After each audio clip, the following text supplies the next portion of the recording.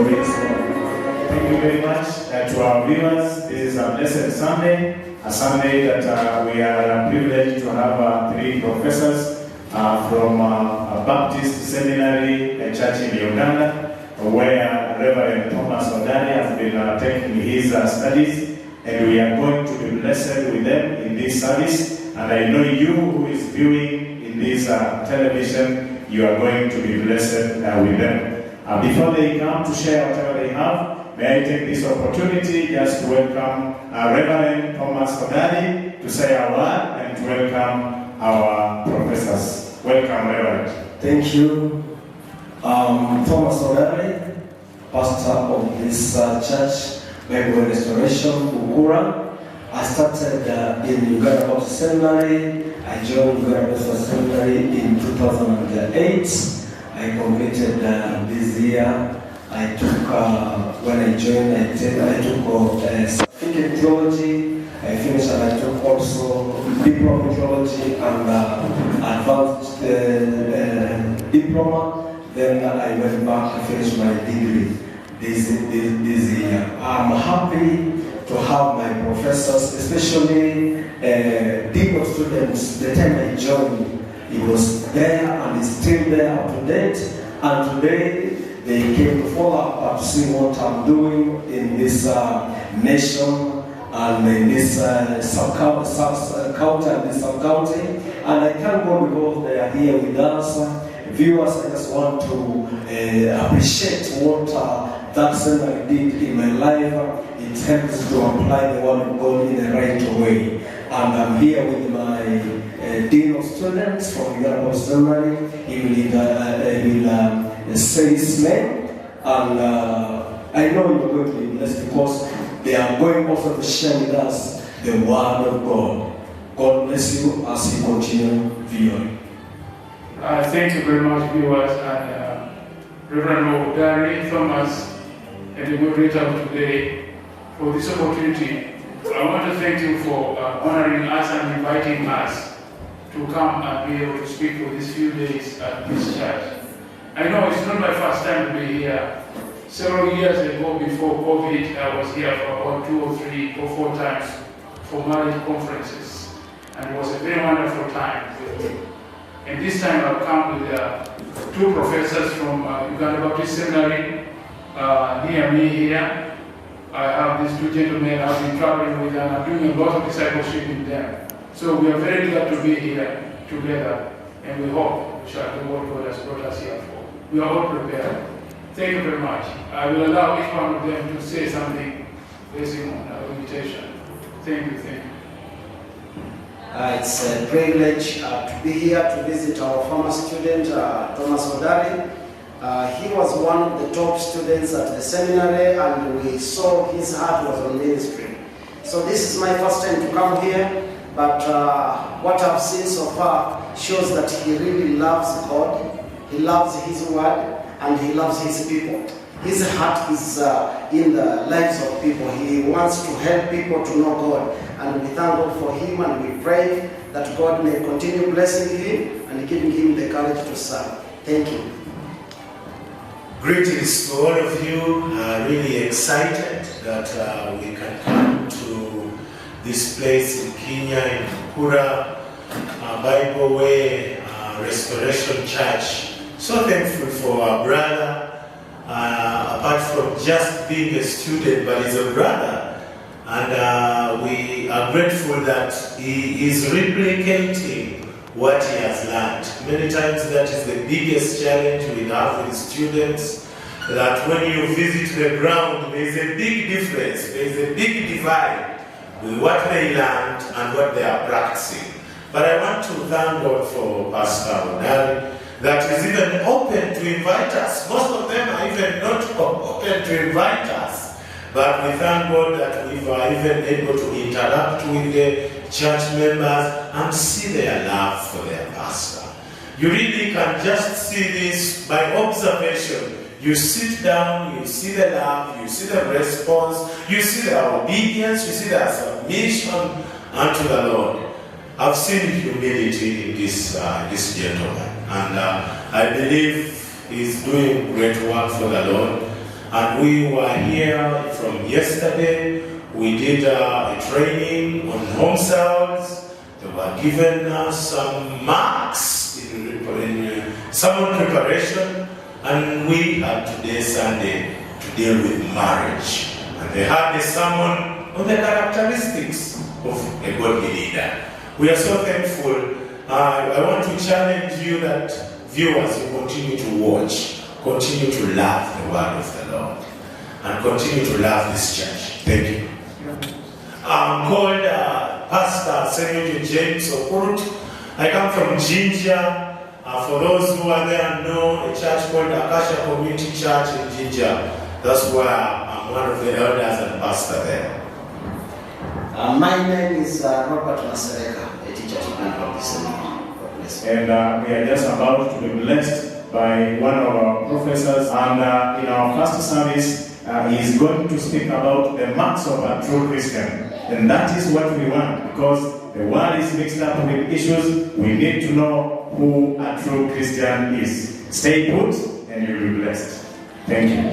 Persevered. And when you read in the 2 Corinthians, chapter 11, verse 23 to 27, Paul is actually he's listing all the problems that he went through. And why did he go through that? He went through that because of the preaching of the gospel. The world wanted him dead. At times he slept hungry. He got tired. He almost got involved in a boat accident. And so many other problems. But he never gave up. But we see that there are believers today actually who give up because of minor problems. Minor problems. Let me tell you this. Still at my church in Kampala, there was this lady who developed just flu. It was just flu. She developed flu and it was not going away. She tried to take some medication, it was not going away. She tried to drink water, it didn't work. And then some of her friends told her, you know, she was called Helen. You know, this lady was called Helen. Then some of her friends told her, Helen, this flu may not be a common flu. How can you have this flu for a long time? And she's like, yeah, I also wondered what kind of flu I have. Which does not go away. And one of her friends told her, I can take you somewhere where they can sort out this problem. And she said, sure. She said, you give me time, I think about it. After 2 weeks, she came.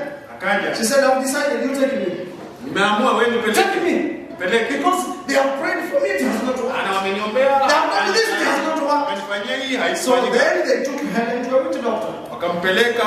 So she goes to the witch doctor, and the witch doctor does his thing. And the witch doctor says, you see, it is your aunt who is against you. He's the one who has sent this fruit to you. Yeah, no wonder why she does not greet me well.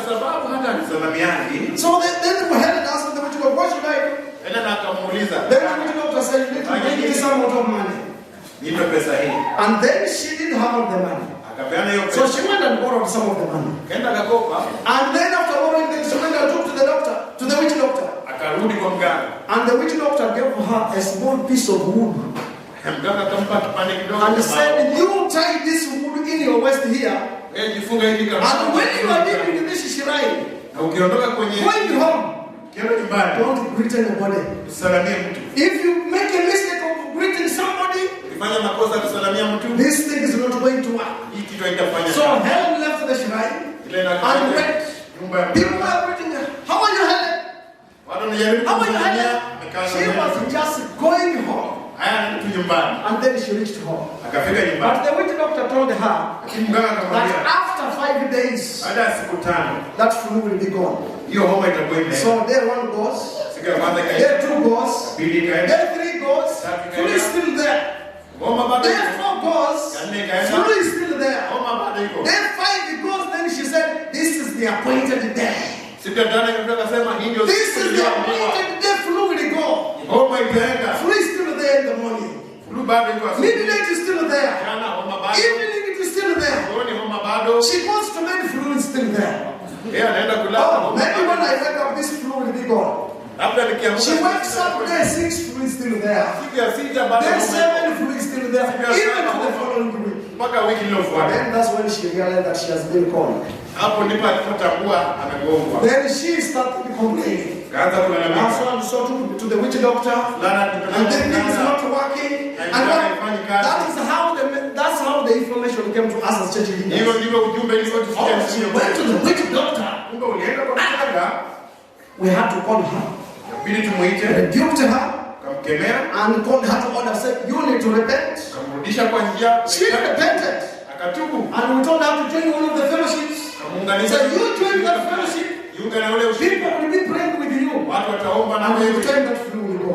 na hiyo homa itaenda. She joined the fellowship. Akajiunga na And they were praying together. wakaomba pamoja. And within a week, no, there were 2 weeks. After 2 weeks, that flu was Baada ya wiki mbili hiyo homa That flu was over. Kaenda. But you see, she gives up because of minor flu. alirudi nyuma kwa But sababu when ya you look homa. at Paul, what Paul went through, Lakini ukiangalia Paulo, none of us is going through what Paul went through. hakuna mmoja wetu ambaye anapitia ile Paulo. Yet he did not give up. Lakini yeye For hakurudi us who nyuma. are going through minor problems, Sisi tunapitia tu shida ndogo ndogo then we give up. na tunarudi When we nyuma. give up, the devil is smiling. Tunaporudi nyuma, The devil is always like, I've made it. nasema nimeweza. Don't give the devil a chance. Usipatie shetani Don't nafasi. give an enemy a chance. Usipe adui You nafasi. be determined like Paul, Kuwa na haja knowing kujiamini kama that this Paulo. journey that you have started, Kielewa kwamba safari ambayo you umeianza cannot lose it if you don't give up. hauwezi kushindwa kama God will never utarudi let nyuma. you down. Watu wanaweza Actually, it is kushindwa. only us who can let God down. Sisi ndio tunaweza But kushusha God has Mungu. vowed that He will be with us. Lakini Mungu ametuambia Even kwamba Jesus told His disciples, hata Yesu akaambiwa na I'm wanafunzi with wake, you to the end of the age. itakuwa nanyi hadi mwisho wa Stand dahari. strong. Simameni Those imara. minor problems soon they will be Hizo gone. shida ndogo ziwarudishe nyuma. If you continue serving the Lord. Ukiendelea kumtumikia Not Mungu, giving up. sio tu kutoka But lastly, hadi ya mwisho, is in verse 20 to 21. mstari wa 21. A godly Christians is marked by faithful biblical teaching. Kristo wa kiungu ana alama za kufuatilia mafundisho ya Is kweli. marked by faithful biblical teaching. Anafuatilia mafundisho ya kweli kwa uaminifu. If we can look at verse 20. Angalia mstari wa 20. Verse 20 reads, Mstari wa 20 nasoma. "You know that I did not avoid proclaiming to you anything that was profitable, or from teaching you publicly from house to house. I testified to both Jews and Greeks about repentance toward God and faith in our Lord Jesus." Kuwa si kujiepusha katika kuwatangazia neno lolote liwezalo kuwafaa, bali niliwafundisha waziwazi na nyumba kwa nyumba. So Paul preached the gospel. Paulo alihubiri And which gospel did he preach? injili gani? The gospel of repentance toward God and faith in our Lord Jesus Christ. Ya kutubu na kumwamini Yesu That is Kristo. the gospel that he took to the world. Hiyo ndio injili aliyopelekea walimwengu. You know, today, Najua leo when you look at the preaching of today, ukiangalia mahubiri mengi ya leo it is marked by messages that only excites people. imejaa kuna jumbe za kuwafurahisha, Messages of prosperity. injili ya kufanikiwa. And that's what people are following. Hayo ndio mambo watu wanafuata. Messages of false miracles. Injili ya miujiza ya uongo. And those things do not give value in our Christian life. Na hayo haiongezi uthamani katika maisha yako ya kiroho. Let me tell you this. Acha niwaambie hivi. Today, when you listen to the messages, Leo unaposikia ujumbe, there are some preachers who tell you that they always have breakfast with God. unaona anakuambia kwamba leo nimekunywa That chai they na go to Mungu. heaven and have breakfast with God. Wanaenda mbinguni wanakunywa chai na Mungu. There are some preachers Kuna wahubiri wengine who sell golden tickets to heaven. ambao wanauza tiketi za They will give you a small stone dhahabu kwenda and mbinguni. say, this is your ticket to heaven. Anakupatia kajiwe kadogo na kuambia hii tiketi. And there are some believers who will tell you that they are selling plots of land in heaven. Yeah, I don't know whether you have listened to those preachers. Kama nyinyi mmesikiliza wahubiri They hapa. will tell you that God has given them the authority to sell plots of land in heaven. Watakwambia kwamba Mungu And many people are following them. mbinguni. They are following them, they think that these are people who have been given Watu wanaofuata wanaona ni kweli Mungu hao the right to sell plots of land in heaven. ndio wana uwezo wa kuuza ploti la mbinguni. These are the messages that people follow. Hiyo ndio ujumbe ambao But when we look at the preaching of Paul, tunapoangalia it mahubiri ya had Paulo nothing to do with that. haikuwa na sehemu yote. It had nothing to do with that. Haikuwa na sehemu ya I hayo. think there is a scenario in Nairobi Kulikuwa na kitu fulani kwa Nairobi. where a pastor connived with a prostitute Hadi ambapo mhubiri alikubaliana na to fake a miracle. Malaya ili To fake a kufanya miracle. miujiza ya uongo. And you see that they faked a miracle and people joined the church. Na kweli wakafanya miujiza ya uongo na watu wakajiunga. And then the pastor failed to pay the prostitute. Na huyo mhubiri akakosa kumlipa. And the prostitute took the pastor to police. Na huyo madaka peleka. That's how the message came out. Hivyo ndio hiyo People uongo know that ilitokea. this miracle was a fake one. Watu wakajua kumbe hii miujiza ni Jesus did not tell us to preach miracles. Yesu hakutuambia He tumhubiri. told us to preach a message of repentance toward God Alituambia tuhubiri and faith in Jesus. na imani katika Kristo That's the Yesu. message we are supposed to take out. Hiyo ndio injili tunahitaji. Even Jesus never preached miracles. Hata Yesu hakuhubiri He miujiza. preached the gospel of repentance. Alihubiri injili ya And as he was preaching the gospel, alipokuwa anahubiri injili he ya was toba. praying for people and they got Kuombea healed. watu watapona. But the main purpose was not to preach miracles. Lakini makusudi sio We kuhubiri need to miujiza. tell people to repent. Nahitaji kuambia Because watu God watubu. wants people to repent. Maana Mungu anataka watu. That's why Paul is telling us here Ndio maana Paulo anatuambia hapa leo that we need to be marked by faithful biblical teaching. tunahitaji kuwa na alama A message that is going to transform the world. kile ambacho A kitabadilisha message that is going to change me. kile ambacho A message that is kitabadilisha going to change the community. na kubadilisha jumuiya. That people will live a life which conforms to the teachings of the word of God. Kwamba watu waishi kulingana na maisha ambayo yanaonyesha injili ya kweli. So when you look at what you preach, Kwa hivyo unapotazama yale ambayo is unahubiri, it this biblical message? je, ni ujumbe huo wa injili Or are you preaching another message? ama unahubiri ujumbe mwingine? And as we close, Na hapo tunamalizia. we have to ask ourselves several questions here. Tunapomaliza tujiulize maswali haya. When people look at you, Watu wanapokutazama, when people look at me, watu wanaponitazama, do they see me as a man of integrity? wananiona kama mtu mwaminifu, Do they see me as a servant of God? wananiona kama mtumishi wa Do Mungu, they see me as a person who genuinely loves others? wananiona kama mtu anayependa kwa upendo wa kweli, Or am I ready to give up? ama tayari ni maana. Some of you might be here Wengine tunaweza and kuwa hapa. probably you say, this is my last Sunday to go.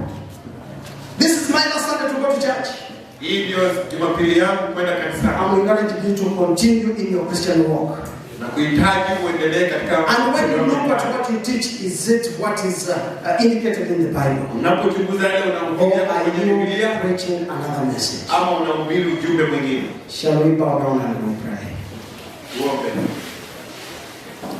And as we pray, Unapoomba, you might be there and probably you are lacking in one of these areas. naweza kuwa pale na uenda sehemu moja katika hizi inakosekana. Probably you have been telling a lie. Pengine umekuwa ukisema uongo, You know you have not told your neighbor the truth. pengine hujamwambia jirani yako uongo Or you have kweli, not told your husband the truth. ama hujamwambia, Or you have not been telling the church leaders the truth. ama hujamwambia viongozi kweli, Or probably you know that you have not been serving God the way you should. ama unajua tu haujakuwa umetumikia Mungu jinsi unavyostahili, Or probably there are some church members that you feel you hate. ama kuna watu kanisani ambao And because of this message you want to change, you want to come to God and say, God, you forgive me so that I can kwa sababu ya love my nasema nataka kusamehe, fellow believer genuinely. niwasamehe na niwapende. Or you have issues with your neighbors. Ama una mambo ama You have ugomvi been clashing with your neighbors. umekuwa ukigongana, And today you want to go back and tell them, I'm sorry. nataka uwarudie nyumbani wa You have not loved them enough. haujawapenda kutoka ndani ya moyo. If you are in any of those areas, Kama uko katika mojawapo hizo If you sehemu, fall in one of those categories kama uko katika mojawapo hizo sehemu, and you want to recommit your life to Christ, unataka kujitolea upya kwa Mungu, may you raise up your hand and I will pray with you. naweza inua mkono wako tuombe pamoja. Anyone? Yeyote. Thank you. Asante. Another one? Thank you. Mwingine asante. Thank you. Thank you. Asante. Thank you. Asante. Thank you. Asante. Shall we pray together? Tuombe pamoja. Father, in the name of Jesus, Baba, katika jina la Yesu, we thank you because you have spoken to us. asante maana umetuzungumzia. We thank you because you have brought conviction in our hearts Asante maana umeshawishi mioyo yetu, and reminded us that we need to be who you expect us to be. ukitukumbusha kwamba unataka tuwe jinsi We unatutarajia. know that on several occasions we have disappointed you. Najua kwa mara nyingi tumekushusha, But here we are coming in humility lakini sasa tunakuja kwa that unyenyekevu may you forgive us. kwamba utusamehe. There are many of us who have not been living right. Wengi wetu hatujakuwa tukiishi We sawa. have not portrayed a godly character to the world. Hatujadhihirisha tabia za kiungu kwa And we ulimwengu. have made many to stumble. Tumefanya wengi kujikwaa. But here we are willing to come to you, Father. Hii Bwana tunaamua We know kurudia. that you are faithful Najua kwamba wewe and ni ready to forgive us. uko tayari kutusamehe. Father, may you forgive us. Bwana tusamehe. Help us that we shall begin this week on a different note. Saidia kwamba tuanze wiki hii kwa kiwango kingine. That we will begin this week Tutaanza wiki hii ready to stand for you, tukiwa tayari no matter kusimamia. what come may. Haijalishi hali gani Because we know itatokea. that you are in control. Maana najua uko May katika you bless each one of us. Bariki wewe May you mwenyewe. bless the works of our hands. Bariki kazi za mikono May yetu. you bless our families. Bariki jamii And may zetu. you bless our nation. Ukabariki nchi yetu. In the name of the Father, the Son, and the Holy Spirit. Katika I jina la pray. Baba, Mwana na Roho Mtakatifu. Amen. Amina. May God bless you. Bwana wabariki.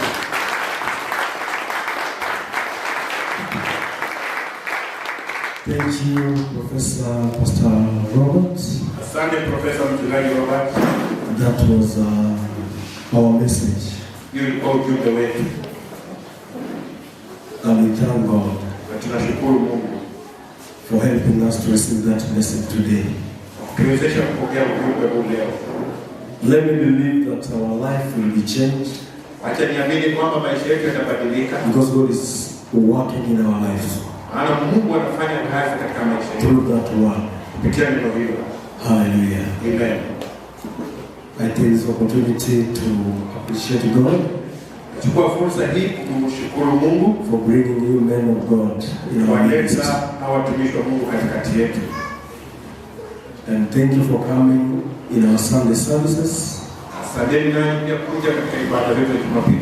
So we are here at this morning service Tuko hapa katika ibada hii ya kwanza and we have our senior professor already with us. tuko na profesa katika hapo nasi anaendelea kuwa pamoja nasi leo. So second service will only release youth, but all of us will remain. Couples will remain. If you are married, Tawaruhusu tu vijana peke yake na watoto kwenda, kisha wengine wote. if you are married, Kama uko katika ndoa you will remain. tutabaki. And before that, we have to take our announcements. So thank you, our viewers. You've been just listening to wonderful and blessed preachers, our professors. And as we've heard from the first service, we've been spoken to about marks of a true Christian. This is the Bible Restoration Church. And if you want to find us, if you're coming from Mumias, you can come Mumiasa, Kisumu Road. When you reach Sabatia, you can take the road to Bukura and you will find a church, the Bible Restoration Church. To our viewers who want to connect to us from Kakamega, Shibuli, Bukura Road, when you reach Bukura, you travel down and you meet a church, the Bible Restoration Church. This is a place where lives are changed. This is a place where people meet Jesus. And I know our viewers also want to stand with our programs. There, when you can see our pay bill, our Lipa and Pesa pay bill is 40 21 847. I'll repeat so that you don't miss. It is 4021847. If you want to stand with us, you can use that pay bill to stand with our programs, Thanksgiving, projects, and I know you will be blessed. Our services start at 8:30 8:30 a.m. In the morning. They run up to 10:30, and then from 10:30 up to 1, we have our second service. Welcome all, and I know you will always be blessed. Thank you, and God bless you.